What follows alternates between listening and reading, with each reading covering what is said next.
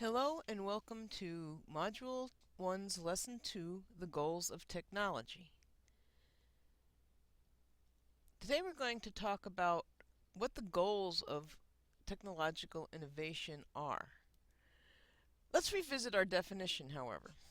Again, let me remind you that the definition we're going to be working with is a system that uses knowledge and organization to produce objects and techniques for the attainment of specific goals. A version of this definition can be found on page 6 of the text. We talked a little bit last class about what makes a successful technology. Okay, so what are some of the attributes? Well, first, safety, convenience, efficiency, something that saves time or effort, something that meets a need or want, the knowledge of it and the sharing of it, as well as the organization of the technology. So these are things that make technology successful. And all you need to do is look at a technology that you use to determine why it's successful. Part of technology use is the idea of the law of the hammer. And the law of the hammer is give a child a hammer and everything soon becomes a nail. And if you think about this, you give a little kid a hammer and he starts hammering, the nails, and then he starts hammering your nice glass coffee table, and maybe he decides to turn the hammer on his sibling's head, things like that. The child uses the hammer to do everything, and he uses it inappropriately.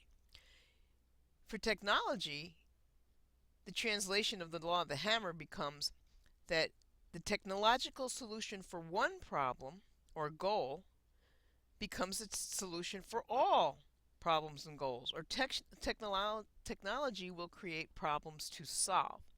So for instance, in the book he gives you the example of aspirins, where it was used to be given for fevers, but actually running a fever is actually good for you. But I'd like to give you another example, and that is the idea in medicine that everything can be solved with a pill. So if you are overweight, take this pill. If you are borderline diabetic, take this pill. And this is not, and one of the major things is antibiotics. I mean, if you don't feel well, take an antibiotic. And antibiotics are not appropriate for all illnesses. So, what we do is we use one technological solution to try to solve all our solutions, or we use a technology and then we create a problem. So, for instance, you look at all the Viagra related advertising on television, you would think that is, and everybody has that problem all the time. And I think that we create a problem that doesn't necessarily exist in that case. So how does technology grow? Well, one way technology grows is in a dynamic manner. Okay? It means it's always changing. Nothing is perfect. That idea that, oh, I'm just going to tweak it a little bit to make it better. It doesn't stay still. It is not static. It is dynamic. The other factor on technological innovation and how it proceeds is cumulative. Everything we have is built upon something previous to it. So if you look at, for instance, the cars in this slide, a 1940 Chevrolet and a 1998 Buick Park Avenue, they are both basically the same technology. They're both cars, they're both transportation. For the most part, they have pretty similar components. They have tires, they have doors, they have bodies, they have engines, internal combustion engines. Okay, but they're very different in what we can use in them. For instance, in the 1940 Chevrolet, it's got a 216 cubic inch overhead valve straight six. It gets you about 90 horsepower. The Park Avenue, on the other hand, has a 3.8 liter supercharged V6, and that gives you 270 horsepower. Okay? The 1940 Chevrolet gets about 15 miles to the gallon if you're careful when you drive. The Buick Park Avenue would average about 25 miles to the gallon, local and highway. Okay? This 19 Chevrolet had a 3-speed manual transmission on the column, which is, if you've ever driven one of those, it's interesting. Um, the Park Avenue has a 4-speed automatic with overdrive. Okay, so you don't have to worry about shifting gears. The top speed for the 1940 Chevrolet, and you think about the time period and the roads and everything, but the top speed would be about 60 to 65 miles per hour. You didn't want to stay up there too long because it didn't really like it. Okay. On the other hand, the top speed for the Park Avenue would be more than 120 miles an hour. You wouldn't want to do that for very long either, but you could get there. The 1940 had crank windows. The 98, power locks, power brakes, power seats, power everything, right? Um, the 1940 had vent windows, which you don't see on the 98. Seatbelts, there's no such thing as a seatbelt in a 1940 car. I don't know, even know if you could get them as an option. With the Park Avenue, you have shoulder harness all around in the 4 major seats as well as airbags. So there's your safety issue. Um, Directionals, there was no such, if you wanted to, you could have directionals installed on the 1940.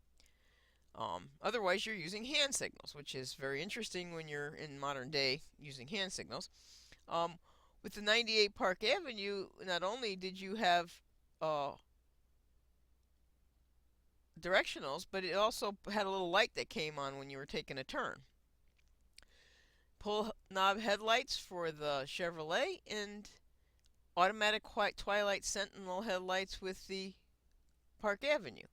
Vacuum assisted wipers, 1 speed with the Chevrolet. Sensor driven delayed wipers for the Park Avenue. But the big difference between the two of them is that the Chevrolet can be easily fixed. The Park Avenue, because of its components and the fact that it relies on a computer, makes it more difficult from the average person to fix. So even though we are getting more, we are also giving up some of the control we have over over the technology.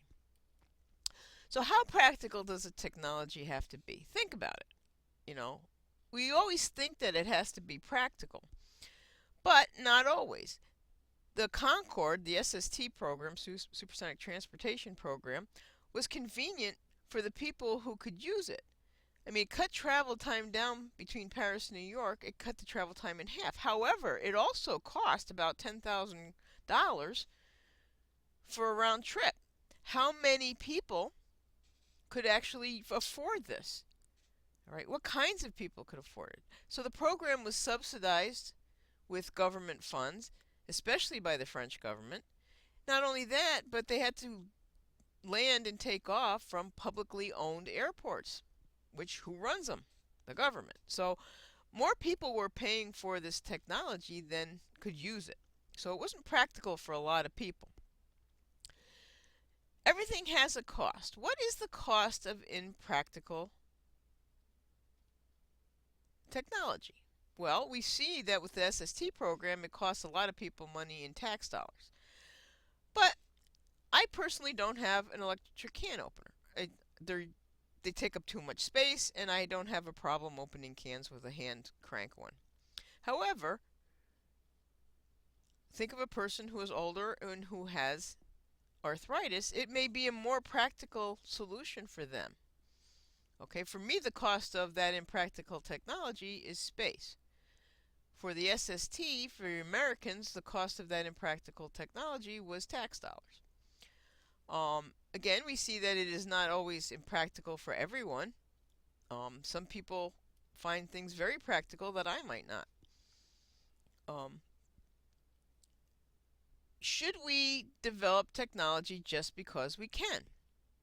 And if we do, how does that affect us?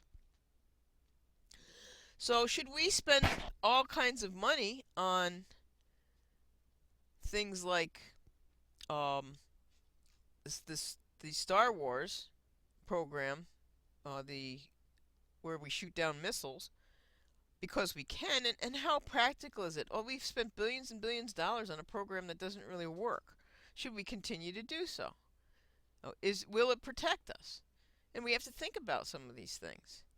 Okay? Should we put a person on Mars? We possibly can, but should we use the money? Was sending a person to the moon practical? Okay. Sometimes just because it's not practical doesn't mean it's not a good idea. There is a difference between scientific development and technological innovation. Technological development explores ideas and hypotheses to develop answers. So they ask the questions we all want to know. On the other hand, technological innovation takes those answers and turns a concept into something people can use, either something that we can put out on the market or can be useful in daily lives. Do more technologically advanced societies have better people in them? Okay, in a technologically progressive society, the problem-solving methods are geared toward objective observation, systematic, empirically based examination of possible solutions, and then logical selection of the most appropriate solution. Okay, so for instance, if we had a drought, we would say, well, why do we have a drought? What can we do? Maybe we can change the weather. Maybe we can figure out how to redistribute our water resources, whatever. Okay.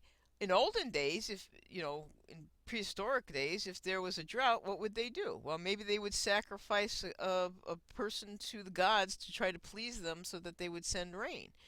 Different way of approaching things. So let's talk about when everything is rational, what happens to that human aspect of life? I mean, think about, the Vulcans in Star Trek. I mean, everything is rational, but we could say, well, this child shouldn't have this operation to save his life because it costs too much and there is a high chance that the outcome will be poor. But if you're the mother, do you agree with that? Okay. Deciding whether a technology is good depends upon the value we place on the decision of using it. Okay? So it's the person who is looking at it and going to use it, and what value do they place on it that decides whether it's going to be a good or bad technology. A definition for human progress, this is one I came up with because I couldn't find one, is the improvement of an individual's condition and the inclination to improve the condition of others. It can be measured by a society's willingness to consider the rights and situations of its members. So just because we have a lot of technology doesn't necessarily mean that we are good people. It's how we use that and how we work with other people that affects whether the technology, whether our human progress is better. So do we know everything about all of the technology we use every day? No, we don't. We can't. There's just too much out there. So what happens when we place so much faith in those technological experts? Just think of your car. Think of that 98 Buick. Okay, you had to take it to a mechanic to fix. Okay, you better find yourself a mechanic who isn't going to rip you off. Or how do we maintain some control? Well, you have all this information, you can investigate it. You may not know everything, but you may know enough to know when somebody is pulling the wool over your eyes. Okay? So, one of the things that we have to do as individuals, understand we don't know everything, and understand that we need to have enough information so that we can figure out what's right and what's wrong. Okay? Next class, read pages 21 to 29 in Chapter 2. Consider why would technology be the greatest single source of economic growth? How can technology disrupt or destroy existing industries and societies? And what is the Luddite movement and why would it be an example of resistance to change?